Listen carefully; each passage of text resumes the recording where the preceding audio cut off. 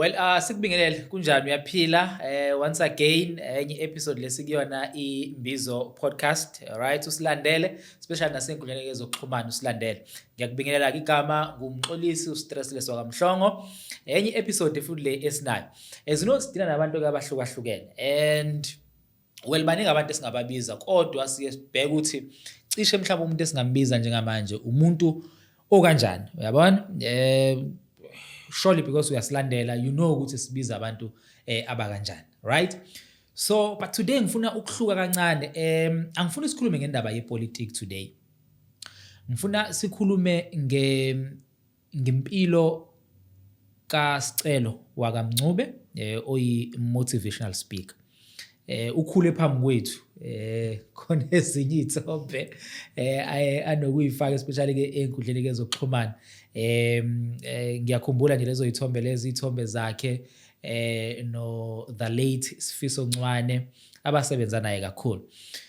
Ngale ke kwaloko ziningi izinto ke azenzile uyabona but mina angingazisho zonke because ezinye ngizoze ngiyibhede noma khona ezinye angafuni ukuyiveza mfoka Mncube mfowethu asikwamukele mfethu ababukeli beMbizo podcast. Ngiyaphila kakhulu mfethu kuyintokozo ukuphinde sihlale kanje isikhathi esiningi sikhuluma emafonini ngoba umuntu uyazi sizama impilo nje sihlale semgaqweni mfethu kodwa namhlanje sithola ithuba sokuthi ke ngikujoyine kwi-podcast mfethu. So tell me udabuka eNtuzuma right?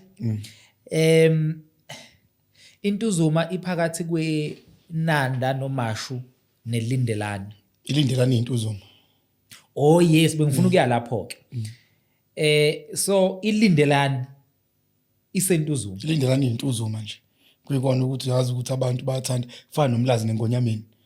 Ingonyameni isemlazi. Kodwa nje abazi abantu bayathanda ukuthi bayibekele demarcation yabo.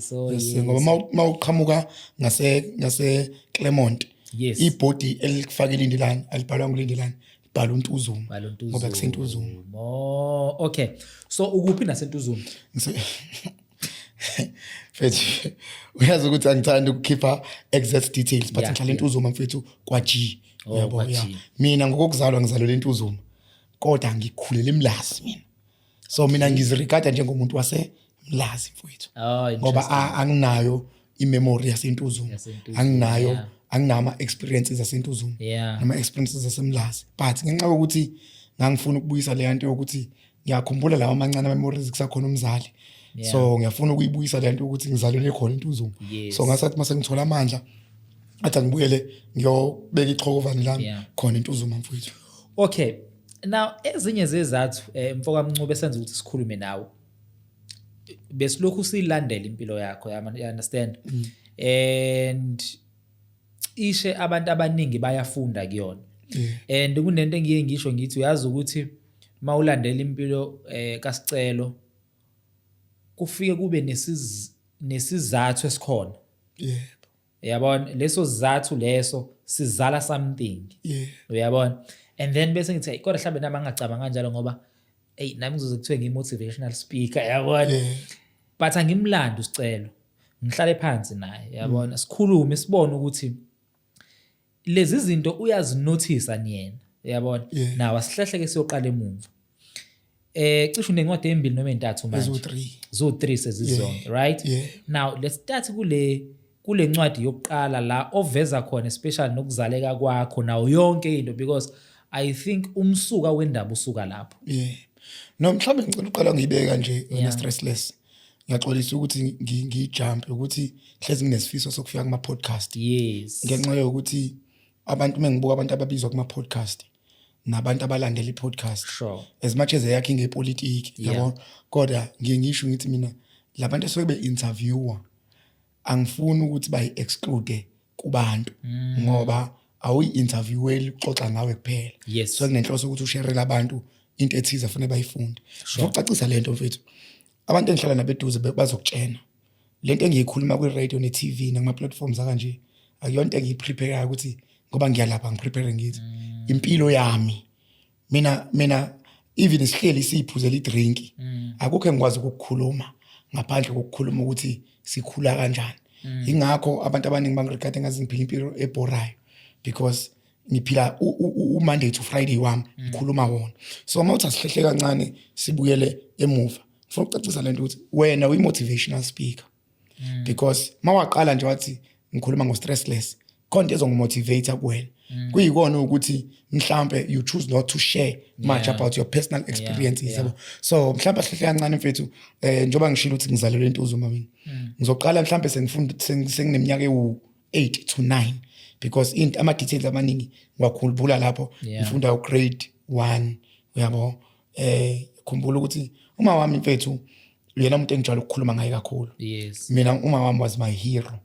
Yabo baningi abantu abangashare lento engiyisherayo. Mawami was my hero mfethu. Why ngisho njalo?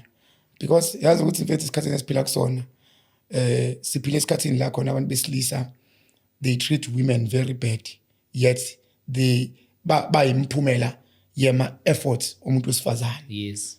Iningi lethu likhuliswa ama single parent abantu besifazane. Oh yes. So siyaphuma kwi reality yokubheka lo muntu wesifazane before uye entombini yenkosikazi, because you'll never treat your wife and your girlfriend better if you don't resonate with how your mother raised you, with ama experiences zakhe.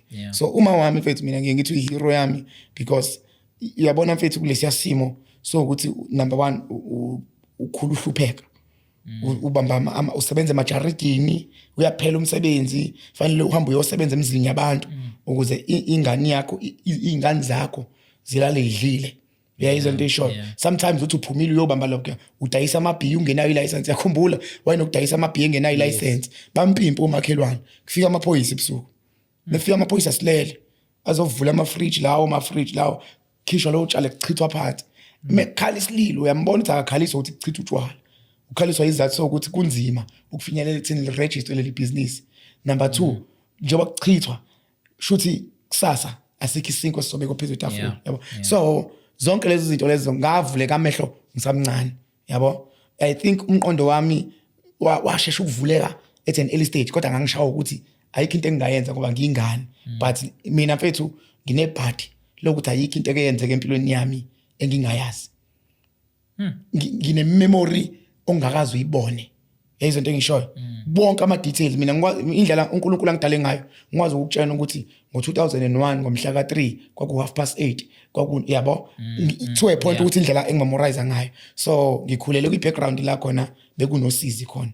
Ngikhulele kwi background la khona ngirelate noma kakhulu. Yabo omunye umuntu uzothi uphu gogo uphu sibanibani. I couldn't even pay attention to those people because uma wami ngihlala naye ngilala phansi elala embhedeni wakhe ku single room yabo. So zonke inkinga zakhe bethina nje iattention beyibheke kuyena beshaya uma to a point ukuthi ngikhule ngiyigwala. Uyazi mina stressless angaze ngifinqelana iqupha nomfana sithi nje siyakhula siyalwa indlela ebengiyigwala ngayo yabo. And in most cases makwenzeka siba kuleyo situation imina owayeshawa, hayi ngoba ngangakwazi ukulwa. Ingqondo yami yasheshe yaphila kwi-fear because yabo makhuliso umzalo strict uba nento embili, ubheka iphutha elingavela uzama ukulungisa ukuze umzali angaliboni. Gcine sekuyinorm leyo.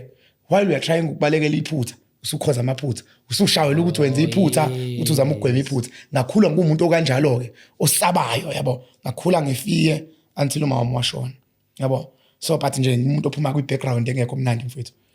Ushona nini umama? Ushone ngo2006 bengineminyaka 14. 26. Yes. Ufunda ba ngaleso sikhathi? Ngangiyofunda, washona kuzovulwa ikole ngoJanuary 16.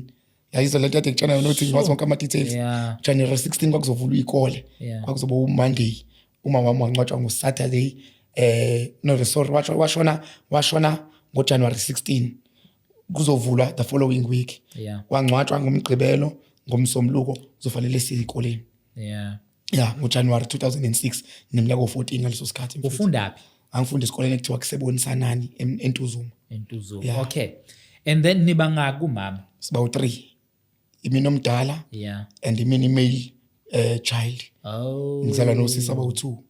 Usisi wami ngilama igama lakhe uNtombenhle. uMagcino uNonjabulo. Okay. Now skis as umama edlula emhlabeni udlula vele isima sikho right ekhaya, right?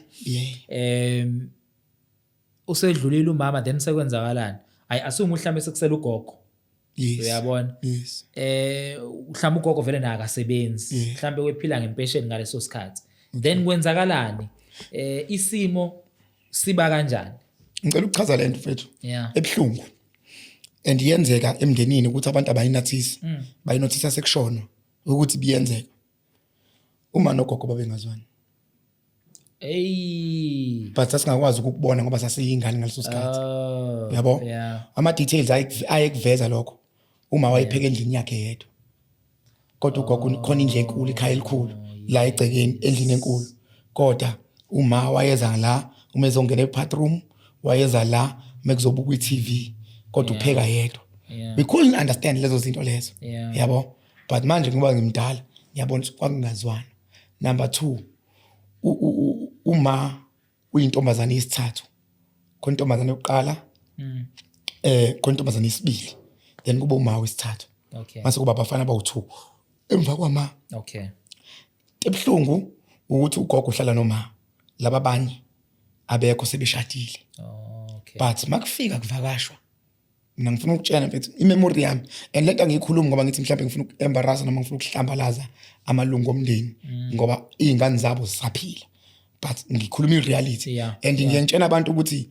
ungangivimbi ukuthi ngikhuluma iqiniso lami ngoba iqiniso lami alifani neqiniso lakho uyabona lento isho so kwakuthi mekuvakashiwe ubone ukuthi i-treatment ayisafani nathi siyingane uyabona ubhaqelwe ukuthi uthunyelwa ukuthi akujatshuliswe lezi ingane ezivakashile yabo ube iscapegoat wena sala ekhaya so umeshona kuma sahanjiswa kwathiwa akekho umuntu ozosibhekelela asihanjiswa usisi wami omncane waya kaBaba wakhe mina ngahamba nosisi wami ongilamayo bathi wasiya kaBaba wethu yezwa into engishoyo so mesifika la kuthiwa khona kaBaba wethu kuJanuary angithi uma usencwatshiwe inhlala izange ibe yinhle mfethu i-step mother eyasihlukumezanga kanje ngikhumbula saze sashaya usisi wami ngeplate ekhanda angazi ukuba ngani ngabona igazi ligobhoza kusisi wami lehla kanje liyihluli kuba ngokuthi uphuze ebhakedeni lamanzi engawakhanga emlazi so usungashaya umuntu ucrack iplate ekhanda ngiyam understand because mina njengoba ngiwumuntu okhuluma kanje sengifike esigabeni sokuthi ungamzondi umuntu one anger nomuntu ongabafuni abantu before simzonda sibheke i-root cause ayengiyijustify isenzo sakhe ngamabomu nakho seqhamuka izingane eziwu2 enye ino14 enye ino12 sekuthiwa ziya kuBaba wazo engakazi ihlale naye so when uyi step mother nawe uzofuna ukudefend i-territory yakho ngenxa yokuthi awukazi uchazele lento so ngiyayihlaziya because phela abantu besifazane ba react ngama emotions yabo so kwakuyimess nje mfethu kwakuyimess angifuna uqambela amanga ngoba mesiyohlala lapha kaBaba yakhumbula ukuthi one day yangibiza le ndoda le ngingeqa sengithi ngiyabaleka ngahlangana nayo yathi uyapi mina ngihamba ngengikwazi ukuhlala ukuhlumezeka yathi usibuyele endlini uyolala ngekuhamba ebusuku kanje yangibiza ngihlalise phandle yathi kahle kahle mina mfowethu umuntu engimzalayo nangu lo kulamayo mina ngathandana noma wakho esekhulelwe wena ukhona wena ngikhona yabo okusho ukuthi ngoba ngangazi ukuthi ukhulelwe ngafela in love with her so makuhamba isikhathi sengimthanda lo muntu enginike ithuba kasho ukuthi ukhulelwe yabo so mawutetwa kanje ngenxa yothando sengi-understand ne-story sokuthi kwenzekani kwaphoqa ukuthi angimsupporte kuleyo nto leyo yabo that is why mawuchecka ayikho into evelayo ukuthi mina I was supportive because kwayena wayekubalekela ukuthi ngidlale leyo role because angikuzali but ungababuza odade wabo ngoba ibona abasele ingakho ngathi mengithola incwadi mfowethu ethi I was raped and you were born mangifanele ngiye esikoleni ngoba nga drop out ngo2006 angafunda unyaka wonke so 2007 ngibuyela ukufuna ukubuyela esikoleni so kwaphoqa ukuthi ngihambe ngiyofuna i-death certificate mengiyofuna i-death certificate kaBaba wasisi wami omncane lo magcina ugogo wathi hayi mntanami yazi kwaba yibhadi mfethu xoxa lento uma ushona 2006 ugogo walandela ngalowo nyaka ubaba kasisi wami omncane ushona ngo2007 usisi wami una 4 years ngaleso sikhathi usisi lo magcina lo magcina ngithi ngaba 3 lo magcina so lo magcina uma akazambona lo magcina baba wakhe akazambona lezo nto engishoyo and ngimobserve sisi wami ukuthi yambona ukuthi indlela uyabona uma wami mina ngazi ukuthi uma une anger uyabazi abantu laba abangahleki noma yini Yeah. Akekho umuntu onjalo udalwe kanjalo. Yeah. But uthola ukuthi kunemphumela because uphila kwizwe lakhe ngaphakathi. Yeah. So neso sami umuntu onjalo. Ayihle into engahlekisi. Yabona. You know ukuthi uma Mncube ukhuluma indaba ye treatment enafika nayithola kama eMlazi. Umbuzo wami besuthi le engengaka uyabona iqhamukapi especially kuyena umama. I understand ukuthi nayo ugada i-territory yakhe. Okay. Now usuyangiphendula uma usuthi vele kahle wena awuzalwa uyena. Yeah. Yeah, understand. Yes. Maybe now uyakwazi lokho. Uyabona? So mhlawumbe ngamaboma sithi uyakwazi. But akekho ku position ukuthi avela akutshele. Hence why waze watshelwa ubaba. Nanokuthi mfowethu ngifuna ukutshela iqiniso. Yeah. Kuyakwenzeka uthola ukuthi abantu bashadile. Yes. Kuvele ingane isino 25 ukuthi ubaba wami lo. Lapho umakoti wazi ukuthi izingane ezikhona lezizala. Uyabo? Mhlawumbe umuntu wesilisa usaba ukusho ngoba ubona ukuthi uzobhidleza lo mshado asesebenza iminyaka ewakha. So mhlawumbe ngicabanga ukuthi waye kuleyo position ukuthi uyafihlelwa or something. Yabo? I think waye kuleyo position. You understand? Because into ebuhlungu to a point ukuthi usisi wami until today abanayo relationship naye ubaba wakhe. Until today. Yabo? Okay. But then wena unayo yini relationship naye because akekho umuntu engine relationship naye mina bafu because mina usisi wami eqeda ukushawa ngeplate kwehla igazi mina ngiyakhumbula koku 2006 around March kwaqeda ukuphuma ama results ngasuka endaweni ekuthiwa iseMlazi kaJinga sevela bahleke ngahamba ngomgaqo ulokhuzana umgaqo lo uzophumela kaMax ama taxi ay strikeile ngiye town ngenyawo nginentethe ingcono ngibuyele eNtuzuma ngcono ngoba bakhona abantu engibaziyo eNtuzuma engingalala kubona ngoba la eMlazi angazi umuntu yabo size la kusanjisiwe nentethe naye ugogo yabo njengoba besihambisile bathi akekho umuntu ozosinakekela ngibuyela la ehlala khona yabo mawukuthi wayengashoni ngaleso sikhathi mawukuthi ngiyaxoshwa it's fine you understand let's find out mengibuyela khona wathi hayi buyele ekhaya yabo sekubuya le nto ukuthi vele le ngxabane yayikhona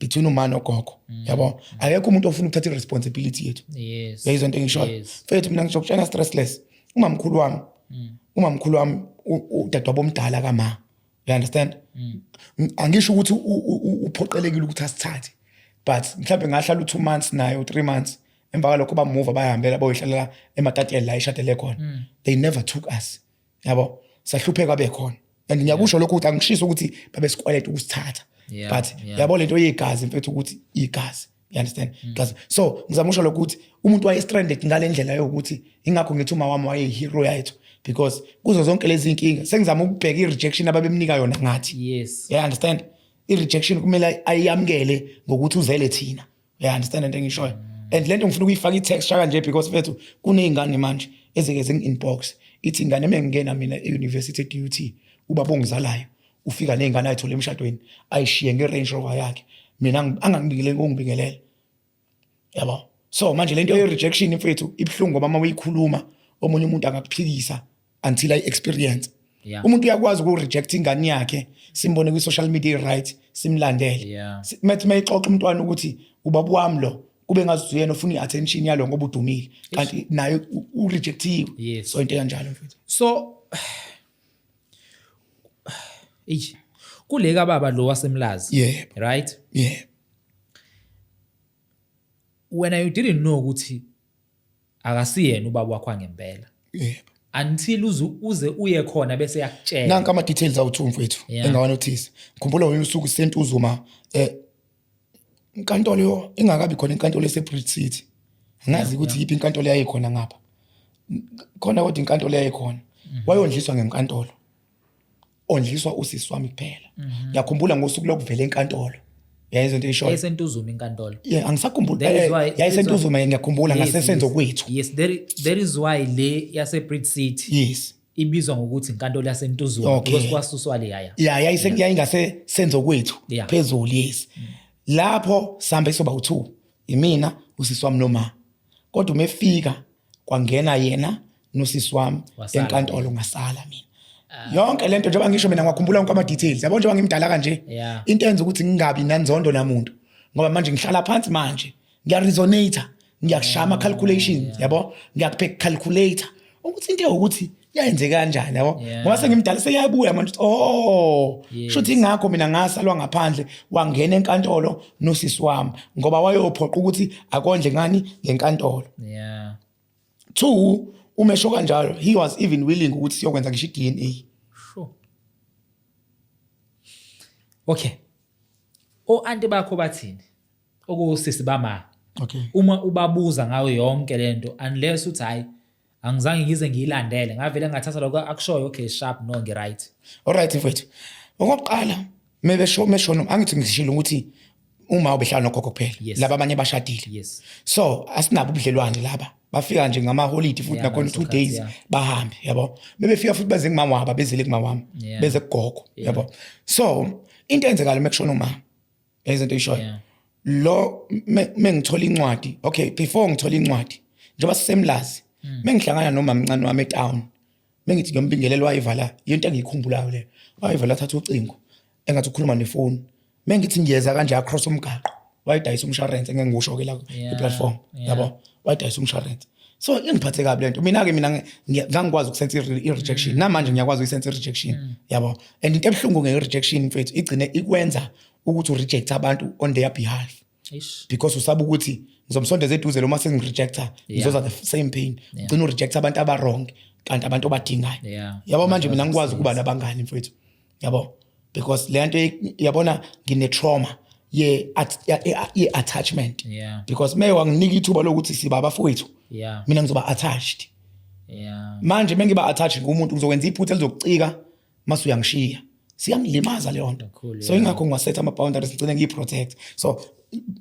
ngizama ukuthi-ke uma ngithola incwadi ngayisa kungamncane umamncane mengifika emzini wakhe akangivulanga ngisho umnyango wathi ya ndoda ufunani cha ngilethele incwadi le nansi incwadi engitholile echazayo ukuthi uma ngazalwa kanjani ayivule ayifunde yazi ukuthi enge ngayibona ebusweni bakhe wayidabula incwadi wathi sengiqala lezi zinto zenu iqhamuka ngapha lento ibingaveli ingani sonke lesi sikhathi yabo umbhedo lento le ungayinaki lezi zinto lezi umbhedo ugoduka yabo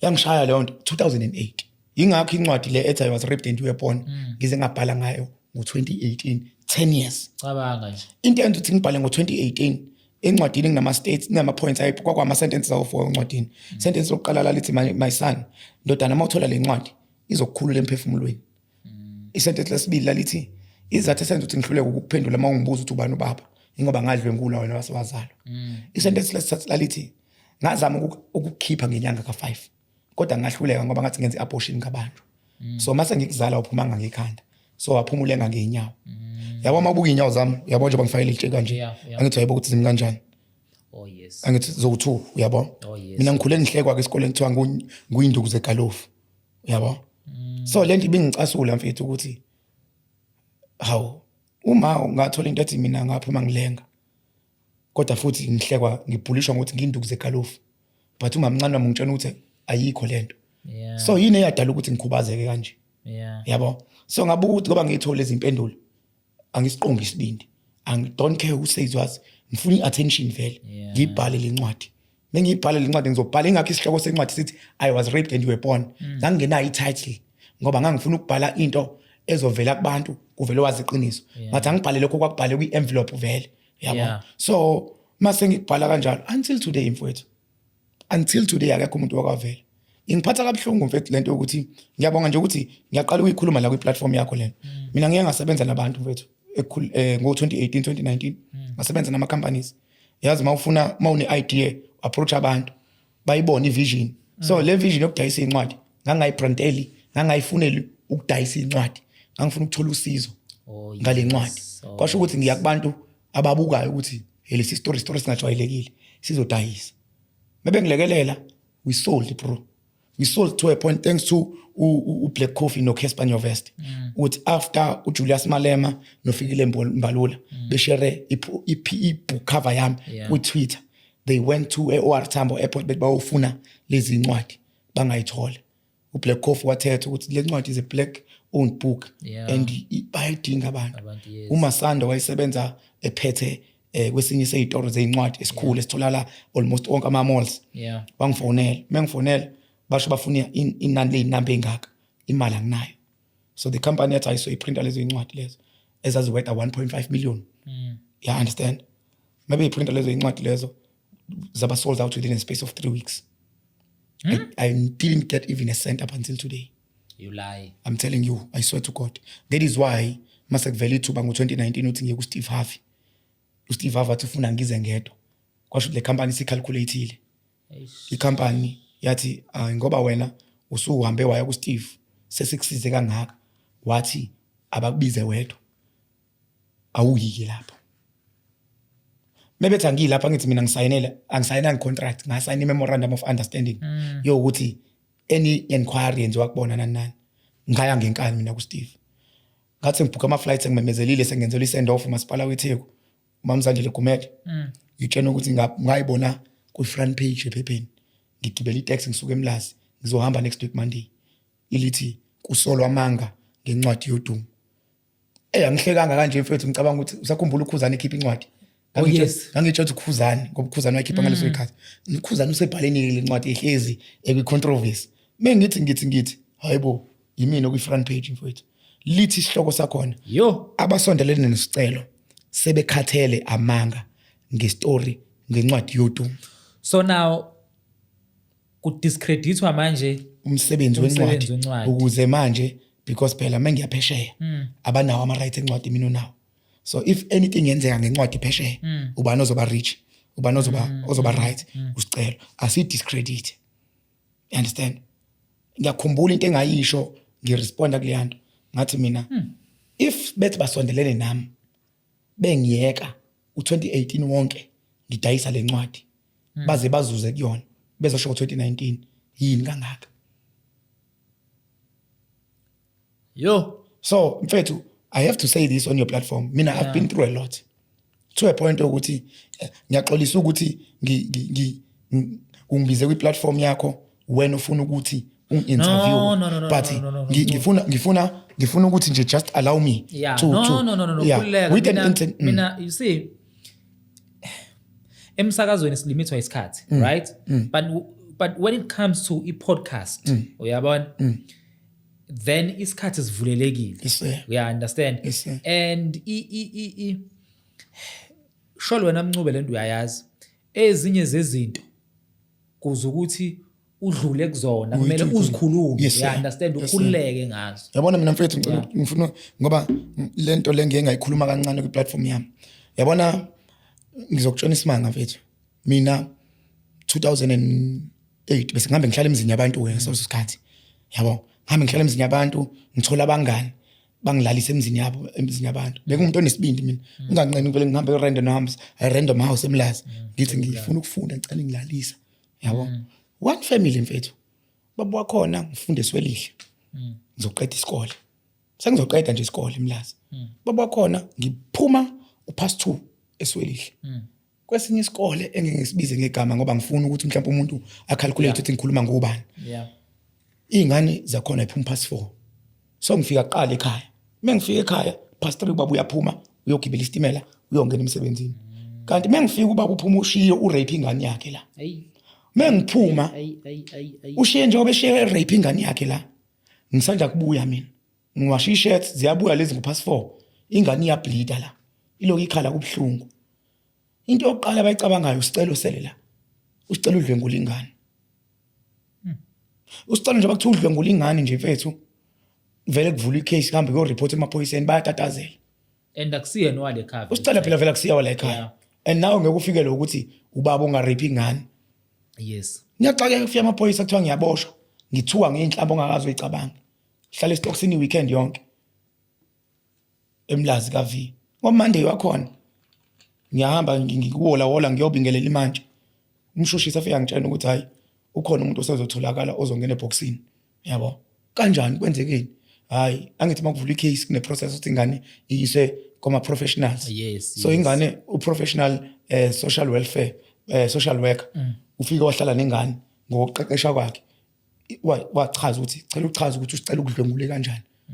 ukuze sizokwazi ukuthi ngoba ingane ayingena enkantolo yes yathi ingane ngidlula ngomalume isicelo mina ubaba ungithengele ustick sweet wase wasigcoba i-private party yamathi ngoba kunoshukela kwi-private party yami ukuze lo shukela ungapheli akaphinda agcoba we-stick sweet yabo amtshela ukuthi kubhlungu yabo you understand ingane yakhuluma kanjalo into yayirecord lo so kwaboshwa umuntu oright and to a point ukuthi lento mfethu ngingangayixoxa ngoba impilo yami ayisengcupheni to a point ukuthi mina ngibophise ubaba wala ekhaya you understand into engishoyo manje mfethu mina ngifuna ukuqambela amanga yazi uma ngingakuvakashela mina uphume uyecation ngisale nengane intombazane encane I don't feel comfortable because of the trauma you understand into engishoyo so ngizama ukuya lento ukuthi mfethu I've been through izinto eziningi yabo yabona ukuthi kwesinye isikhathi nasemsakazweni ezinye izinto sizama ukuba uncensored because i-content yethu i-friendly yabona into engisho kodwa ngifuna ukuyisho mfethu lento kwi-podcast yakho mfethu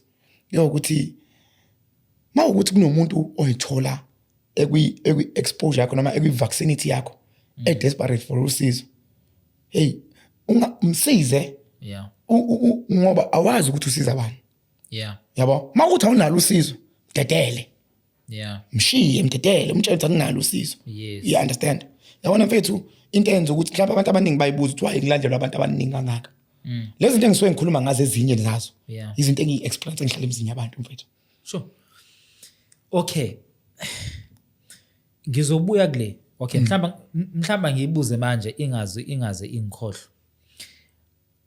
it's something engike nginotice ukuthi kukancane uma kuukuthi kukhona umuntu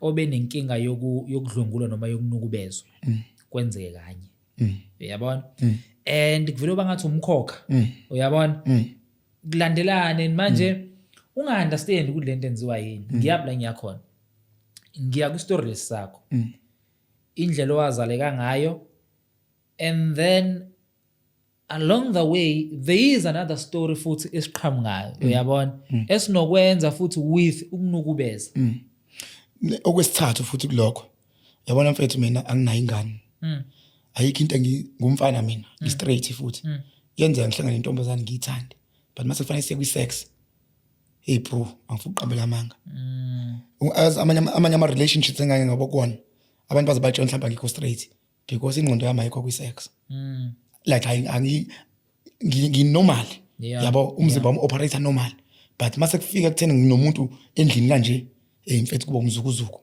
yabo khona leyana iyaba khona ngoba yabona la ma stories uze kuthiwa kuvuke sekuthiwa umuntu udlwengulile so manje ngibe ngimsaba umuntu wesifazane not that ukuthi abantu besifazane abanye engihlangana nabo barongo but ngibe ngisabe ukuthi mfethu what if lo muntu esevuka ekseni udlwengulile we understand sengisebenze kangaka ukuthi brand yami ngizama ukuyishape ibe yilento eyiyo you understand ngisho ingakho okunye futhi mfethu njengoba isibongo mina sakamncobe ngasisibongo sami ngasisibongo sikama isibongo se-stepfather sikama ngibe ngisabele lento ukuthi ngizothola umuntu la ngibe klingi kuyena ngize ngifisa ukumshada mhlawumbe usisi wami I don't know yabo so mfethu impilo yami ibe ngifuna ukucacisa lento I'm not bitter at all I'm not angry at all it's just that ngiyafisa ukuyifaka i-texture lento engiyixoxayo ukuze umuntu azo understand ukuthi angiyikususe emoyeni lento engiyikhulumayo okay enye into wona Ncube wona sicelo ngisho noma umuntu angathi ubitter noma uangry yabona I don't think ukhona umuntu ongakhuluma leyo nto because one akazalekanga ngendlela ozaleke ngayo uyabona aka experienceanga into wena oyi-experiencing you understand so if someone it's lo ukhuluma ngoba ubitter noma uangry it's fine because yena ngithi uphile kahle ngalendlela aphile ngayo wena ukhuluma ngempilo yakho yabona mfethu trauma ihambi ibangela i-trauma yabona khona abantu esike sibathuke sibagxeke ufica umuntu unemali yonke kodwa akanawo umndeni hamba check ama-millionaires amaningi true ama-millionaires amaningi thola ukuthi umuntu imali yakhe every weekend uthenga utshwala bubizayo baze bathenga ama-Gucci uthola umuntu ufica uthela utshwala i-anger yakhe ne-trauma yakhe imenze athi ngifuna ukuba rich ngale ndlela yokuthi akekho umuntu ongangitshenani but uthola ukuthi akakwazi ukwakha stability because uphuma kwi-broken background. Hamba check abantu abasebenza ngokudayisa ama-fruit, abenza imisebenzi esithi ayibhedela. Uthola ukuthi bona banama-families, umuntu wakhile. Ufica umuntu oyiphatha imali uyahluleka ukwakha. Because kuyena i-priority akubona i-stability somndeni. Uyena ufuna uku-eraser leya memory yokuthi ngiyakhula ngingakaze ngithengelwe ngisho ithoyisi. So inhloso kuyena ukuthenga imoto. Yabona? Ngoba i-trauma mfethu ihamba ibanga elide. Especially wena sicelo einganeni. Uma usayingane ingqondo iyabamba. Uyabona ngoba isuka ifresh. Iyabamba. Hence why manje uthola ukuthi usakhumbula into eyenzeka uneminyaka ewu8 noma ewu9 yahlala leyo nto. Kakhulu mfethu. So kuhlukumeza kwengane esikhathi ikhula. Omunye umuntu ayitshela ukuthi no ingane seyayidlulisa leyo nto. It's fine. Ingayidlulisa because ayikho inhliziyo embi ayibambile but ungasitshela ukuthi ukhohliwe because usukazi. Uyazi ukuthi kwenziwa yini ukuthi umuntu odlwenguliwe somehow somewhere especially sikhuluma abantu besifazane. Yes. Somehow somewhere nengane yakhe idlwengulwe. In most cases yenzeka yes. Yazi kwenziwa yini? Umuntu odlwenguliwe number 1 uphila ngento yokuthi ikhona into ebi wrong ngami. Yokuthi lo muntu angidlwengule angilale ngenkani. Agcine efuna erase leyo nto unknown acabanga ukuthi yona ebi stigma kuyena emlethela ukuthi adlwengulwe. Kanti uthola ukuthi ukhulisa ingane. Mhlawumbe udlwengulise nengane intombazana. Nakhona lengane intombazana bobaya akekho empilweni yayo. Hayi bonke, ngifuna ucacisa hayi bonke. Uthola ukuthi akaboni yena ukuthi indlela aphila ngayo usefuna ivalidation kubantu besilisa.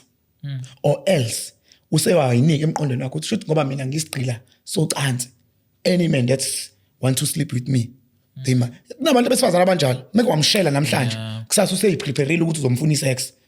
You understand? Manje ingane the time ayikhulisa ingakho in most cases umuntu wakwadlwengulo mawucheck izitori zokudlwengula kweingane zabo ayidlwengulwanga ngokubanjwa ngendluzula. They bought their way to amathanga eingane zabo. It's ingane izodlwengulwa stepfather. It's ingane izodlwengulwa umalume ekhaya. Or it's ingane izodlwengulwa umuntu wasemphakathini.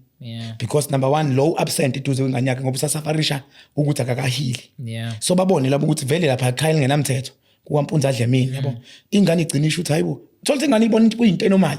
Umalume ungithengelile wangithengela usweet nani wase wathi ke cela ngimfakise isandla sami nani. Thola ukuthi hayibo kanjani ubona into bekudlwengula ngoba ingane ayikwazi lokho ngoba ibona nomama uthi wonke umuntu wesilisa ofika la ekhaya uyafika lale nomama. Yeah, understand? So ibizwa ngani leyo nto ibizwa ngekhohle ukuthi ibizwa ngani i-consent. Yabo uthola ukuthi umuntu akanikwanga i-consent yokulala.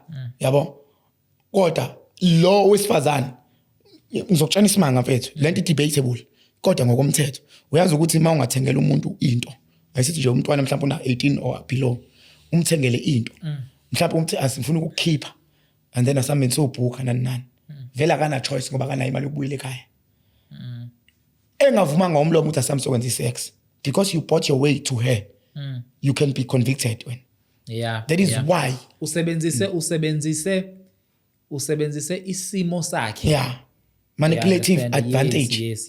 You manipulated ingane to your advantage. Yabo. So engizama ukusho mfethu ukuthi into eyenza ukuthi ngifinyelele ekutheni let me just speak. I mean I don't prepare content mfethu.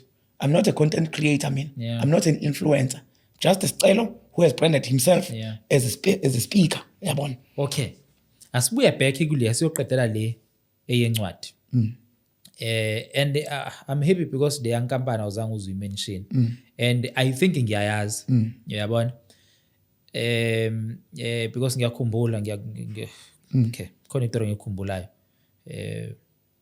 But then usigcine bekuvalela esekutheni uzohamba. Yes sir. Uye phesheya. Yes sir. Take us lapho. Okay, shuthi ama-emails ami bebe ne-access yawo.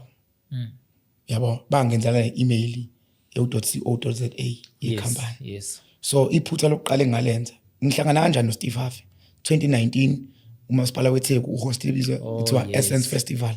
So ngiya exhibita lapha incwadi.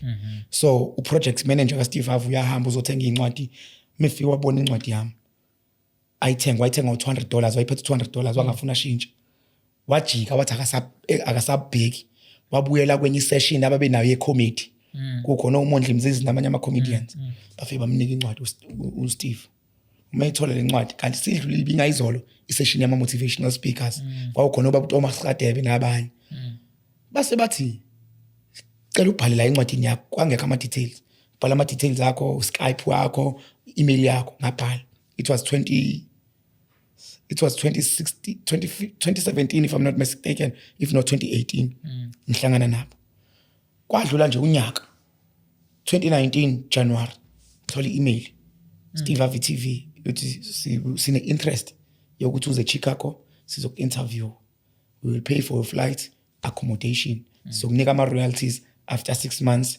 sayidlaliwe mini documentary ngoba okunye engangizoxoxa ngakho ku-interview babefuna ngikudisplay babiza ngani demonstrate understand that they show bakushoot ngikudemonstrate mhlawumbe ngichaza bengihlala emgaqweni bafuna ukuthi siye emgaqweni yakhona ngikudemonstrate lokho yabo so mase bethi bacela ngize nomuntu oyedwa engizohamba naye so lento bayayifunda kuma-emails ba responde bona bathi usicelo fanele hambe une brand manager uno road manager fanele hambe nalabantu bowu2 base bayi-add ke lo phethe company ukuthi naye uzoba khona kanti vele njengoba bem-emaila basisiye my personal email engangiyibhale kuphi encwadini yeza into eyishoyo so njengoba beng-email bang-email kwi-email yami yokuqala le personal but because I wanted to keep professionalism nale company le engisazama ukuthi ikholelwe kule brand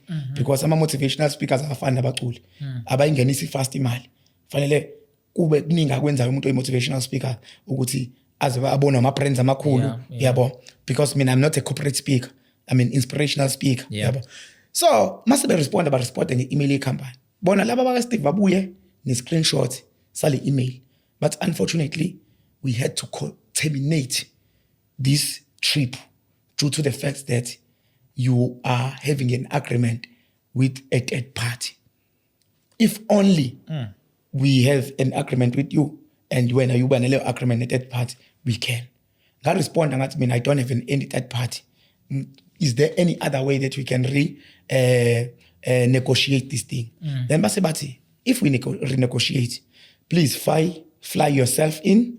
When you are here, we will pay. We will refund your funds, because now there is many controversies around you coming to Chicago. So mekwenzeka lokho ngiyakhumbula umuntu oqale ngamfonela usisi uAyanda Mcoyi udade wabo kaSisi Nomfundo Mcoyi ngamchazela athi sisi nginenkinga kanje ngifuna ifunding. Umuntu wesibili ngamthinta baba uNorman waseMaritzburg weNorman Driving School, you understand? Owesithathu omunye umama olapha eLusikisiki own isikole esibizwa ngokuthi iSpringfield College Primary School. Umama lo athi cela ngizokunika u10,000 mina ayimalini ama-expenses akho ngathi mengicalculate ama-expenses zami awu 46,000 ama-flights kuphela yabo nakhona ngangicela ukuthi shoot mengiza ngizoza 3 days ngoba bafuna ngizo 2 weeks yabo so kanti leyo kanti kunomlungu ongifollowishayo ku-Insta ku-TikTok ku-Facebook who was born out of rape uhlala eChicago ngimtshela ukuthi I'm coming to Chicago I can't afford accommodation but ngiyayibona imali yama-flights izophuma uma sethi lo mlungu mina ngihlala eDetroit it's 500 kilometers away from Chicago but I do have a friend of mine onomuzi lapho we can come sihlale nawe khona uzuqeda into oyenzayo so ngibuyele kulabantu ngibatshela ukuthi hayi no ikhona i-possibility ukuthi ngahlala 2 weeks yabo mase bathi no sokubhukhela 1 week omunye 1 week uzoyibhukhela wena ngangabatshela uzobe ngihleliphi yabo fine so mase sengizohamba ke mase bethi lapha kamasipala weincwadi department yaka libraries and event 6 support yabo 6 support ngiyamfisa ukubonga baba Thembi Nkosi Ngcobo ngangaqualify ukuthola ivisa ya reject every time kodwa baba Thembi Nkosi Ngcobo ngoba iphethe uParks umasipala wahamba ukukhuluma ne-embassy ukuthi umuntu wani urepresent iTheku manje kunephathi kuyivisa edingekayo engakwazi ukuyifaka yabo bangathola ivisa kanjalo ke yokuyaphesheya bangenzela ivisa 5 years nevisa 5 years nje yabo so then base bangenzela i-event angithi uParks ulibraries ufola ngaphansi kwe-department yaka Parks bangenzela i-event so ngibema abantu ke yokuthi ke ngilauncha lencwadi njoba ngihamba ngitshela ukuthi u46,000 ngawu ngawuraise within a space of 15 minutes abantu benikela ngahamba ke ngawukhokhela iagent eflyisa usisi Nomfundo Mcoyi ngifaka ngiconnectwa ubani uAyanda Mcoyi to a point ukuthi amanye ama flights aba cheaper yabo. Okay. So now njengoba bezama ukungivimba kanje sengiya outside bona nomkhankaso wabo wokuthi bazame ukushaya ilokhuzani ireputation yami ba assassinate reputation.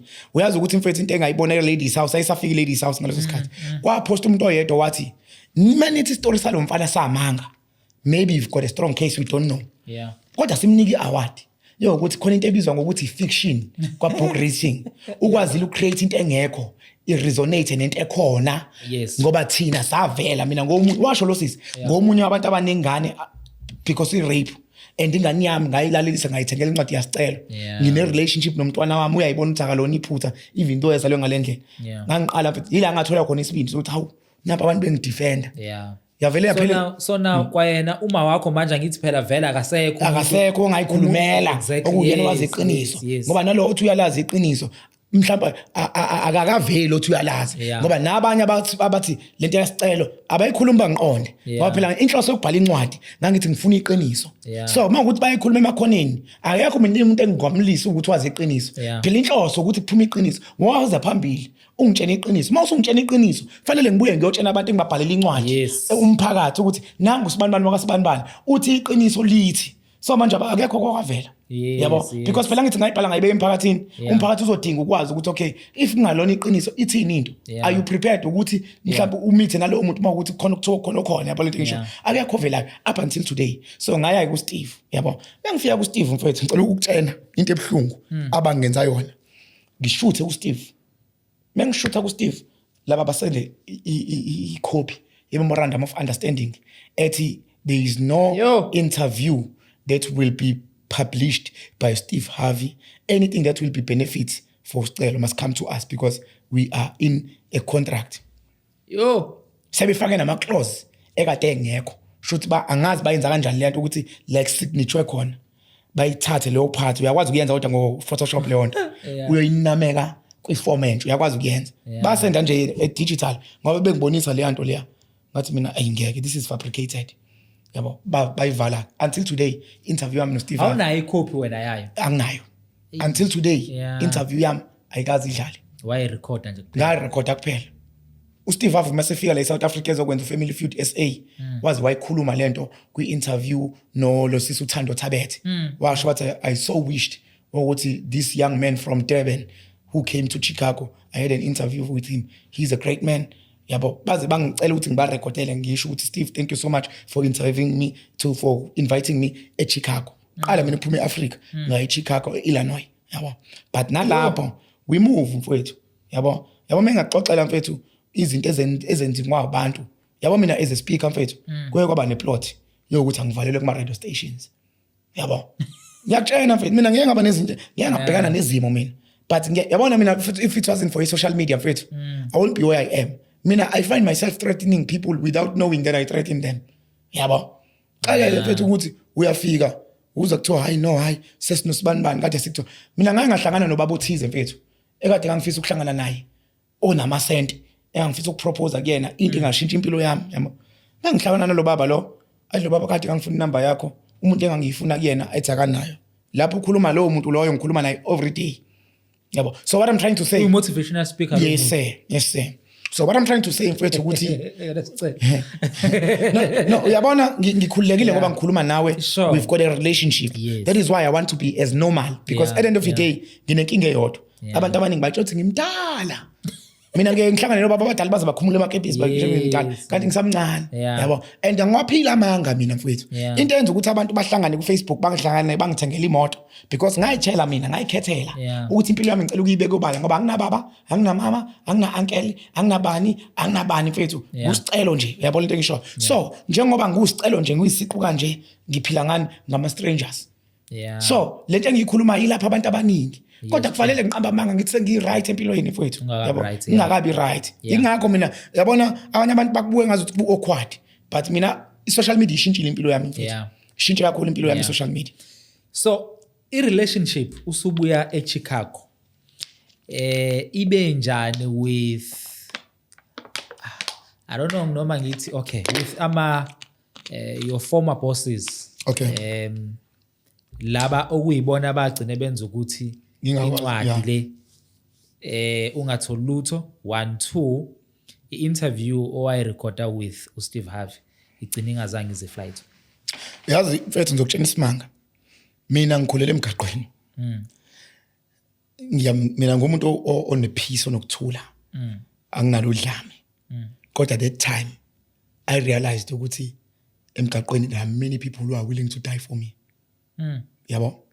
Even now taxi industry. Yeah. Nabantu abakwi taxi industry engafuna ukuba mention la ngoba ngisho ngokubona ukuthi ngizoyi platform. Yeah. Who are there for me? Who said sicelo ngeke udlala abantu sikhona. But I chose ukuthi angihamba indlela ene peace. But into engayenza ngaphusha ushuni wenkani. Ngathi kufuna ukungibulala, seyongibulala. This is my story. Nobody owns my right eincwadi zami. Nobody owns me. If there's somebody who says they own me, they didn't do so. So the relationship yaphela ngo-2019 until today we have never met. And angihlangana nokuhlangana nabo emgaqweni. Sure. Yabo. Angihlangana nokuhlangana nabo emgaqweni. Nicina ngokubonana nje ku social media. Phela manje ngidumile fanele kuchache. So njengoba ngidumile ungangiblocker ku Facebook na ku TikTok na kuphi. Kodwa manje inkingo nabantu abazoposta ama videos wami. Yes. Yabo. Nakhona futhi angikusho ngearrogance lokho. Ngishiso ukuthi umuntu okwazi ukumvala. Yeah. Umuntu osoza wamvala. Singangazwana nawe stressless. Yes. Kodwa angingayitshela ukuthi ngoba mina ngiyipower, nginamandla okukuvala. Awusiyo wami wena. OkaNkulunkulu. All right. Fast forward. Wathengelwa imoto. Yeah. Ngiyakhumbula nje ucela amashumi. Yeah. Uyabona. Wathengelwa imoto and then ngivuka ekseni hawu. Sengine story imoto ayisekho, imoto iginqikile. Yeah. Kwenzakalani mfethu paintela isithombe salapho. Okay. Mhla 27 July. Ngihlele ekhaya. Ngiyabuka ukuthi Last year. Ngiphila kabuhlungu ngoba imoto anginayo. And indlela abantu abathanda ngayo nabakholelwa kumina ngayo. Even abafana baka Bolt bengirequest ngirequest kwi-event. Thola ukuthi mhlawumbe ngisuka la mhlawumbe ngePortchepstein. Mhlawumbe uthola ukuthi i-return trip ithi 2000. Vele ngiyazi ukuthi mina mengicharge i-client imali ye-transport ngiyifakile kule OP fee. So angilimali. Thola ukuthi umuntu uthi ayingeke sicela mina ngaze ngirequest usuku lonke umuntu. So unokuthi ithi 2000 cela senze mhlawumbe noma 1.2 ngoba mfethu uyi-brand. Anokuthi vele uzoloku ungisebenzisa. Ngiyakwazi ke nokwakha ama relationships. Ngiyakwazi futhi ukuwagcina, yabo. But ngabuka ukuthi I spend a lot of money ku Bolt. Not that ama taxi angiwagibeli. Inkinga ukuthi isikhathi anginaso. Yabo and isikhathi sami njengoba usho nje ukuthi isikhathi ngathi angisigcini because ngenza izinto eziningi, yabo. Ngizama ukushintsha impilo yami. Ngathi mina okay waqala yaqhamuka as a joke. Yabona into ethi njengoba nginabalandeli aba 500,000 and above. Maybe ngakhipha ishumi. Umuntu bengakhipha ishumi lasho ukuthi ngo500,000. Hey. So the time ngicabanga ngiyihleke ngithi ake ngibhale fast. Ngibhale nginento ethi ngizoyidelete mayabona mhlawumbe abantu be-interact within a space of 15 minutes. Kanti ngizofonela omunye ubaba engijwayelene naye okhuluma kuze kushona ilanga. Ngitshela ukuthi kwaphela 30 minutes mengithi ibuye inqondo yibo. Ngathi content short. Ngibhala ipost. Ame ngiyocheck. Kanti kunosisade eqeda kuthenga incwadi ngayizolo.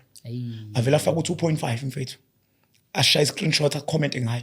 Athi sicela ngifisela inhlanhla engathi ungawathola le moto oyifunayo. Mangithi ngiyangena phansi kwale comment bacela ama contact. Avela shi number afake i-conversation yami naye yama details e-banking ama banking details yami. Bengithi ngiyabona abantu bafaka amashumi ngitshela ukuthi within a space of 30 minutes ngangino 16,000 rands wamashumi that day first day ngicela amashumi 16,000 within a space of 15 minutes. Ngathi mina hayibo abantu bangithanda kanje. Then one guy ocula igospel udumile wangifonela wangitshela ukuthi uzolimaza ibrand yakho ke manje ndoda. Lento yokuthi usudlala ngabantu kanje manje ucela amashumi uzolimaza ibrand yakho. So scam. Washo njalo bathi lento leyo ubona ukuthi uzothi scam abantu. Yazi ukuthi ngaphatheka kabuhlungu. Yabo ukuthi akekho umuntu ofuna ayikho into engiphatha kabuhlungu nje ukuthi ucriticize into ungenayo i-background yayo. Yeah, you understand? Ngayidelete leyo post mfethu. Ku WhatsApp abantu ababengixuba uyidelete ipost ngoba phela sithatha ama details ngabuya ngabhala ipost ngathi bafowethu sengithola izinkulumo kanje ngicela abantu abathi ngiyanscama bangene ba comment labasho bathi scam lento engiyenzayo bathi abantu masusihlanyela sicela ama banking details. Cutting the long story short, within 38 days ngano 300,000 ngaba uthenga iUrban Cruiser ngo 240,000 cash ngaze ngayibranda ngo 8,000 ngemali engiphiwe amashumi balishintsha igama ukuthi usicelo kazwelonke usicelo amashumi ingakho imoto yami yayibrandiwe ibhala ukuthi imoto kazwelonke ngoba imoto yawo wonke umuntu opathicipated. So mase sifika kulesigaba lesi uzobuza mhlawumbe uma ukuthi khona la usala khona no. Mase sifika esigabeni sokushayisa kwemoto kokuginqa imoto ngiphuma eMandeni. Okay, uthenge nini imoto? Ngithenge ngo-August. Okay, ngo-August. Yeah, all right. So, yeah. Mengithenga ngo-August futhi nje ngishaya itho. Uzobona mengishaya itho ngoba ngingibathembisile ukuthi le moto le awukula engafiki khona. Kube khona abantu abangifakela imali bathi sicelo sina saba seGoli nanku 2000 uma ungasegoli uzosibona. So ngase ngenza itho ngaprint incwadi zami. Ngale mali ngifaka ipetrol ngaqala eAst London ngahlala 2 weeks. Bathenga incwadi abantu bashuthe nemoto baphinde bangipha amanye amashumi bathi asikakapheli sekufanele wakhe umuzi ke manje nanka amashumi yabo yila kwaze kwakhona kwavela khona inkosi engizoyakhela inkosi uZondi yathi sicela ngoba siyabona abantu bakuthengela imoto sekufanele ube nomuzi ke manje isitezo uzosakha nini ngithi mina yanginayo imali yesitezo athi okay at least mawungenayo imali yesitezo fanele ube nomhlaba wakhe isitezo wangipha indawo isite ngabuya ngababonisa abantu bathi abantu ayisesikubekela imali yesitezi ke manje yabo sibavela abantu abalabe bethi scam kodwa bangifakela abantu ngiyakhumbula imali engangifakela abangifakela kulona that week kwaba 11,000 ngakhipha ngayo ugandaganda ngahamba ngovula isite yabo ngalevela kahle yabo. So what I'm trying to say ukuthi ngabona lapho ukuthi abantu bayangithanda futhi beside ukuthi bayangithanda ngabona lapho ukuthi into engiyikhulumayo akuzona nje amagama angifuna ukuqamba lama nga stressless mfethu mina ngiye ngikubonge mfethu ngayibhala ipost ngikubonga mina nginakuhlangana nabantu izwi lomzansi liyalalelwa futhi too much bayakulalela abantu basho ukuthi sakulalela every day kwizwi lomzansi lapho wena mawungifaka kwizwi lomzansi as much as sasiplanile ukuthi ngizofika iyangenzeka ngayitshana ukuthi hayi shoot asenzeka ngafika kanye so manje ngilokuthi ngoba ngikho kwizwi lomzansi kanti hayi basho bathi hayi siyakulalela okay ngathi mina ngiyambonga uNkulunkulu yabo mase kuyisikhathi sento iyayithola indlela ukuthi yenzeke. So le moto lena ke ngo January ngiyadrive ngibuye eMandeni mfowethu kwigig phuma kuyokhuluma sithenga uAugust imoto right thenga uAugust sure August September October November December 4 months January phuma eMandeni egigini sewuzophela nje uJanuary mase uzodlula usuzobheke ibridge lothukela liyanetha mfethu izulu letho qhamuka iAmaroke Silver Grey shama light ngihamba ku fast lane hamba ngo120 ngihamba ngo120 kodwa manje sengizongiphoqa ukuthi ngipick up ukuze ngishone ku slow lane yabo manje angikwazi ukupick up ngoba nokupick up lokho ngathi ngibambezela kakhulu ngoba kunezimoto ezila ku slow lane ekufanele ngiqale ngiyidlule indlela engishaya ngayo ngangithi ngaba lento ethi akusiyena umuntu oyiprotocol ogade uMEC or whatsoever ngoba ngabe bashaya ublue light futhi ngijwayela ukuthi ngisuswe ublue light ku fast lane bayangilinda ngize ngiphume kwini ku slow lane before bang overtake injalo phela vele lo instead ukuthi angilinde ngingene ku slow lane wavele wangena kuyimoto ezizayo uma efika phambi kwami avela shouted brake uma shouted brake ishibilika imoto yakhe iphenduka angithi liyanethe ama wiper ngwabeke egcineni still angiboni ngivele ngixhoshwa ama light ngitshela ukuthi imoto esuka kusileleni iza ngithi ngiyavika kanje kanti imoto yalombhemi iyaphenduka iyophoseka ngala. So the time nginaka imoto yakhe ngibheke ngala hayibo nansi yami imoto mangibayisa amehlo isiphumile esporweni nayo iyashibilika ishibilika vele iyophoseka yarola ka5 imoto 5 times imoto namphakathi kwalimala umunwe nje kuphela nje ubona ngathi umuntu wami ngathi ucheckile walimala umunwe kuphela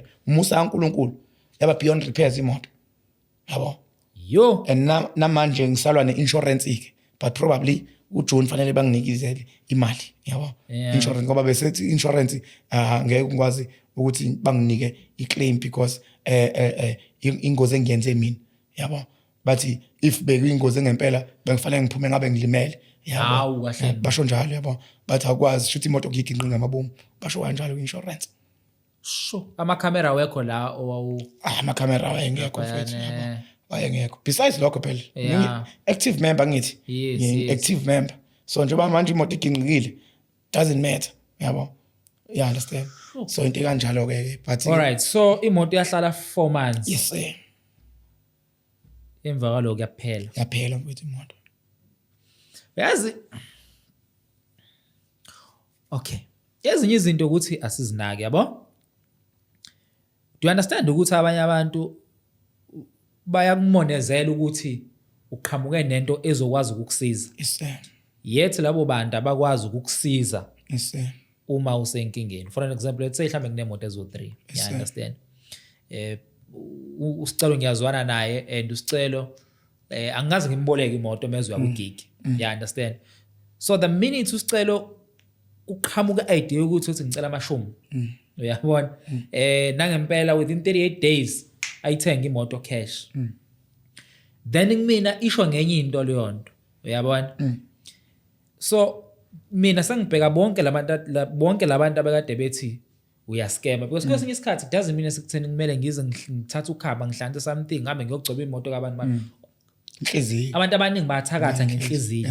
You understand? Kodwa Yeah. futhi bengakwazi ukukusiza kodwa bakwazi ukukumonezela. uyazi ukuthi mfethu mina one thing that I must tell you ukuthakathi ngiyakhola khona umona ngiyakhola ukhona kodwa mina ngayi-challenge ngosicelo ukuthi angifuni ingqondo yami ifike ekutheni until you show me direct ukuthi uyangimonazela, until you show me direct ukuthi awungifuni, then I will start noticing ukuthi awungifuni. Into eyinkinga ngami ngikhuluma ngami angikhulumi ngabanye abantu, ngilandelwa abantu abaningi and abaveze ukuthi bayayithanda lento. So sekuyangiphoqa ukuthi noma ngingazi ukuthi wena ungiboka kanjani angithi wena wazi mina ngikwazi ngiyenza yami ngihlangana nabantu uthola abangifuni mhlawumbe bakhomenta kabi kwi-social media behlezi bephikisa ama-messages ami kodwa mengihlangana naye umuntu afuna ukungibingelela ngichawula ngithi angikwazi. Yabo, so yenye into ke i-disadvantage le futhi singeke sithi sihamba nama-bodyguards phela scam abantu thina. Yabo, asenze into e-wrong yabo. So what I'm trying to say ukuthi ngayitshena nje ukuthi as long as uNkulunkulu esangihlanganisa nabantu abangithanda genuinely kube kudaliwe uma ukuthi fanele ngilinyaze umuntu, kube kudaliwe ukuthi fanele mhlawumbe ingakho ngingazenza into e-wrong. Naku ukuzama ukubeka impilo yami ibe transparent ukwenzela ukuthi mekuthi ngibe sephutheni abantu babone ukuthi hayi bekuyiphutha lokuthi umuntu hayi ngoba ukuthi unjalo. Yabo lento eyishoyo yona advantage akulula ke ukuphila impilo kanjalo. Yabo akulula. Yabona mina mfethu ngifuna uqambela manga. Yabona indlela mfethu ungazi uyithi ngicisha ubumnandi. Ngisaba ngisho inbox mina I'll be honest with you. Ngeke ngithi ngiyascroll efonini mfethu uthi uyascroll uthola ukuthi ulandolo umuntu mhlawumbe ku TikTok. Uyambona impilo ayiphilayo. Impilo mhlawumbe wena njengomuntu wesilisa othi ngifuna umuntu wesifazana onje. Ngike ngisabe ngisho inbox umuntu okanjalo. Ngoba kunento ethi what if ethatha screenshot esesiposta lapha yabo esethi nange ngishela uyayibona lento engishoyo noma sethi hey yanilanda amadodeni la ku inbox uyayizwa lento eyishoyo uyayizwa lento engishoyo yabo so into kanjalo but all in all mfethu isifiso sami noma inhloso yami ngokuba ilento engiyiyona mfethu bayahlupheka abantu kodwa mfethu ngizoqiniseka ukuthi inhlupheko is not final. Yazi ukuthi I've discovered one thing mfethu ukuthi ukuhlupheka kukona ungabi nayo imali. Inhlupheko is a mental state. Kanjalo nokuceba is a mental state. That is why mina kahle into engiyenzayo ngama motivation ami ngenza into esibiza nge-mental coaching. Yabo, I'm coaching you mentally. Yabo, so that uzoba mentally sober, so that whatever that decision you take ube sober. Mengikhuluma nge-message ethi mhlawumbe dear church bullies, mengithi dear work bullies. Ngisuke ngizama ukubonisa wena osemsebenzini obullisha abantu ukuthi awudalela ukuba ibully. But usuze wakujwayela ngoba wena yabona umuntu oyibully. Umuntu osuke ene-inferiority complex issue. Uma sayitshena ukuthi abantu bayayibona usefuna ukuyigqiba ngokuthi ababhullisha abantu ukuze azofile ngathi mkhulu. Kanti mhlawumbe sewabukelwa phansi ngale ndlela ukuthi naye ubona ukuthi ukuze ngifile good angicindezela abanye abantu. So inhloso yami ngalento engiyiyo wena stressless ukuthi abantu abake baba kule position engaye ngaba kuyona aba understand ukuthi if kukhona abantu abanje ngosicelo abake baba la sikhona kusho ukuthi nathi sangaba la usicelo esekhona. Mina mfethu I'm not rich, to be quite honest I don't have money but ngihappy ngale mpilo engiyiphilayo. Mina mfethu yazi ngazi ukuthi ngiyasebenza. Uyiphilela ngamashumi. Ngiyiphilela ngamashumi bafu, to be quite honest. Ngiyabona even mina ikiphela inyanga ngingenayo ngisho isenti. kodwa khona abantu abayinikela nje bathi sicelo thina so lethe igross egcekeni yabo mawukuthi kanjani asilethanga thina sothumela imoto ilethe igross yasewulisi yabo nani yabo or else kunabantu abasaba yabo nje kunabantu mfethu abawu4 mina abayinikela ukuthi ku their salary bangifaka as ama beneficiaries kuma accounts wabo ngiyayireceive futhi bekunokubafonela every month but ungaloku sifonela we don't want to engage with you thina we support engage now through social media but bona you are not on our level but mina ngiphila ngabo angithi uyayibona it doesn't make sense yabo so uNkulunkulu angazi komunye wabhala ku Facebook wathi sicelo ngilo ngizama ukujustify lento ukuthi hayi amashumi anginscam wathi mawunogcobo lemali ayikho into ungachaza kushona ilanga uphiwe nje wena into yakho iphiwe ukuthi abantu bebekubuka bazohalela ukuphi imali you understand into yakusonje mfethu into nje kanjalo mfethu. Okay, and then siyovala manje mfethu because ngiyazi ukuthi ubusy. And then I know ukuthi kunama programs owenzayo ekole ngiyazi noma sipala ngokuhlukahlukana bayakubiza so imi kanjani le ama programs akho wenzayo? Mfethu ngicela uqala la. Ngihamcisha ngakhohlwa ukukhuluma lento. Ayikho into ebhlungu njengokuthi umuntu umazi ukuthi uyamdinga. Uma secabanga ukuthi lento omdingela yona angeke yenzeke ngekho yena. Oh yes. Izinto engishoyo. Sinenkinga yokuthi abantu abasebenza kuma government departments babehave as ama government departments abasemakubo. To a point ukuthi bafuna sibakhothe izithende noma bafuna sibakhothe icathulo. Ngizoyibeka nje kanje. I'm not trying to be disrespectful. But mase icabanga ukuthi umuntu vele le funding ayidingayo eyinika fanele ancenge mina. Not that angeke ngincenge, not that angincengile ngincengile. But there is a point where I draw the line. Yabo. Ingakho mfethu ngifike kwi point ukuthi ngcono ngibe isicefe kumphakathi.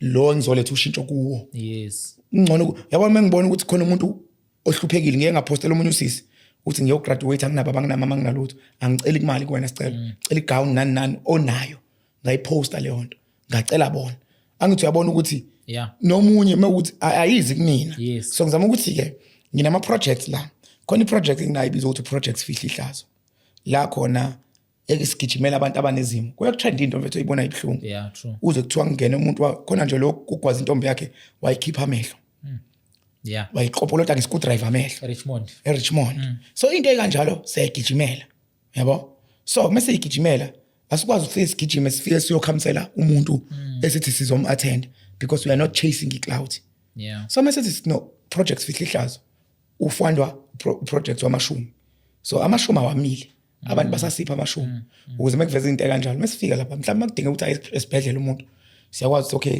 mhlawumbe sinemali yokuthi uthina ukugibele sinemali yokuthi mhlawumbe understand ngisho inyakhe singakunika kona yabo so leyo project leyo iyarana kuleyo project leyo sithengela abantwana icathulo sifihla ihlazo abantwana icathulo ama sanitary towels abantu abasalwe ingubo kunezingane esamarese engenaba bangenamama uthola ukuthi umntwana uyiskorile enesifasa wawuthola but enesifasa wencwadi nokuthi adla uthola ukuthi akagqoki so sihambe sicela nakubangani bami ngazana nabo ukuthi mase zingipintsha impahla hayi ngoba seyigugile sicela usiphe sinaba abantu abama beneficiaries futhi singeke sibamemezele yabo esithi nje mfethu now sifihla ihlazo lakho la ngalokho esinakho yabo and then mase siba ne project yekole ke school motivation tour la sihambela khona ikole siyacela ukuthi ama principals as invite yabo noma nje mhlawumbe ama church ama community leaders as invite ine impact mfethu into ukuthi sihambele ikole mina ngiyafisa ukuthi abantu bake bangene kwi social media hamba check noma babuze around ngomsebenzi ngasicelo yazi ukuthi kunomntwana asitshathu isidom kanti asona isidom uma sefika esikoleni la akwazi ukucabanga khona kahle ngezinto ezenzeka kubo ngoba uma esekhaya akukho akwazi ukucabanga ngokuthi fanele azame ukudoja lobhlungu abhekane nabo kuze kuse mase sesikoleni nitsho ukuthi nakafundi uthatha kade kanti ila khona ingqondo isuka ibuya khona ese outside of abusive environment yabona so siyabasiza abantwana kanjalo so sesivula ama cross nights la khona esinika khona ispace abantwana ukuthi mawungabambi kwi maths ungabambi kwi physics sinabangani bethu abadumile kwinkundla zokuxhumana abakwazi ukushintsha ingoma etrendayo bayifaka isyllabus uze mawe eclassini uyazi wena ukuthi une playlist uthi okay ingoma ukuthi ngiyayidinga la question 1 ingoma ukuthi yabo so sivulele leso space okwamanje sasemlazi siyafisa ukufinyelela kwezinye indawo mhlambe njengoko Verelem njengezinye indawo koStenga yabo anywhere around KZN yabo si host ama cross nights lawo ukuze kusizakala abantwana yabo but ke into engiyicela ukuthi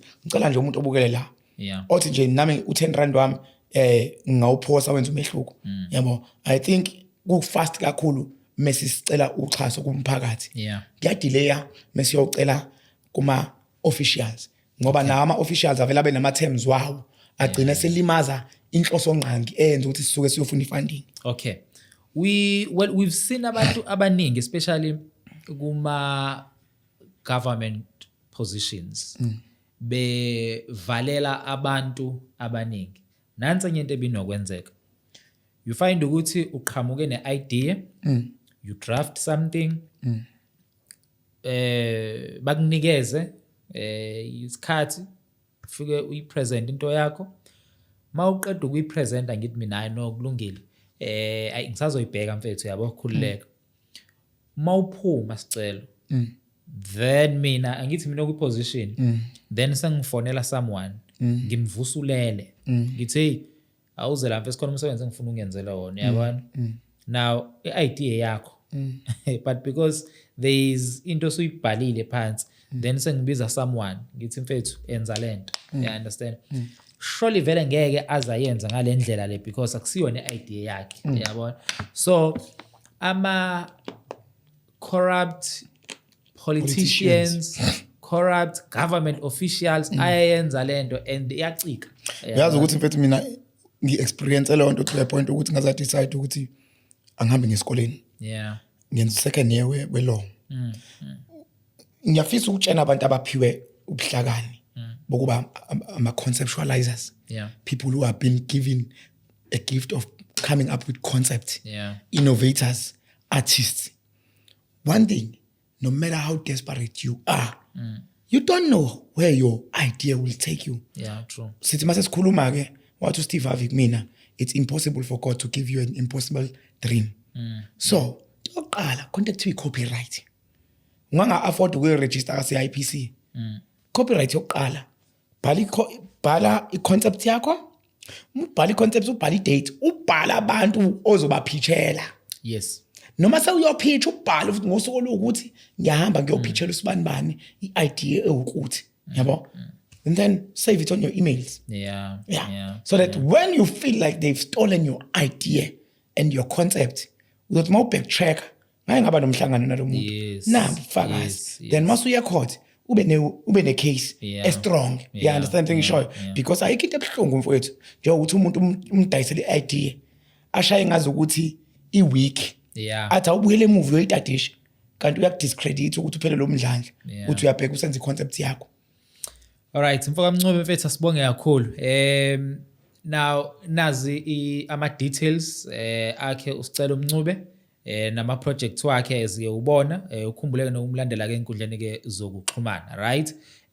Ama numbers nawo futhi nawo njengoba uwabona lana but ungaphinda uwasho sicela vele nawo la siyawafaka. Ngiyacela bangilandela kakhulu kuyinkundla zokuxhumana, ngiyacela futhi bangithinte for ama bookings kakhulu. Yazi mfethu ukuthi akudinga ukuthi kube i-event. Mina if unomntwana ombona ukuthi uyaphuma ngathi uyaphuma esandleni, you can invite me kwakho. Esihlale sonke. And just have a general conversation without ukuthi umntwana afile ngazi ukuthi ngibanjwe umhlangano. Uyabona? So ngiyathatha ama bookings kanjalo u0735725633 njengoba usho inamba ku screen. Ngiyacela bayithathe kakhulu bangilandele mfethu. Wathi ngifuna ukubonga mfethu ku platform yakho ukuthi omunye umuntu interpreta ngokuthi hayi uphakeme akasawagijimela ama platforms kanje. Uthola ukuthi mfethu ngempela ziningi into esekhanda ngalendlela ukuthi ngisaba mina mfethu ngizokutshela isimanga. Ngeke ngazama ukuba ne team. Uthola ukuthi une team la abantu who are not informed about your work. Ubafundisa umsebenzi ukuthi okay ngifuna ngizongenzela ukuthi bakusake drive bathathe your contact. Bafuna ukuyibenefits sabona. Ubaleke ukuthi uyofuna abantu abane experience. Bafike bakurobhe ngomsebenzi ngoba banama clients amakhulu. Bathatha ucontact wakho bayonika so ngiyengithanda ke mina ukuthi because angaze ngaphupha ukuthi one day ngiyoduma noma ngiba into enkulu ingakho ngithanda uku-interact nawo wonke umuntu mina nginaso isikhathi soku-interact nabantu so fonela mina contact mina it's not being a professional but it's me wanting to have a relationship with every person othi ngiyakholela ukusicela so nje ngiyabonga kakhulu nakuwena mfowethu for giving me this platform ukuthi sikwazi sixoxa nje bathi sixoxa nje mfowethu. Kulungile my brother, ngiyabonga kakhulu. Khona isipho ekufanele ngabe ngiyakunikeza sona kodwa because of indlela ye-interview yadi iphuthuma kakhona but ke surely sizokwazi ukuthi sihlele mhlambe kusasa noma the following day kuleka mfowethu. Ngiyabonga kakhulu. Alright, so asibonge kakhulu. Ukhumbuleke nokusilandela ke inkundleni zokuxhumana iMbizo podcast noma ke iMbizo TV. Khumbula ke le extension of iMbizo Breakfast Show and ke sixhaswe umsakazo ke Izwi Lomzansi. Khumbula ke Monday to Friday kuhlangabeza kwiZwi Lomzansi ekseni ku breakfast. Siyabonga kakhulu. Godspeed.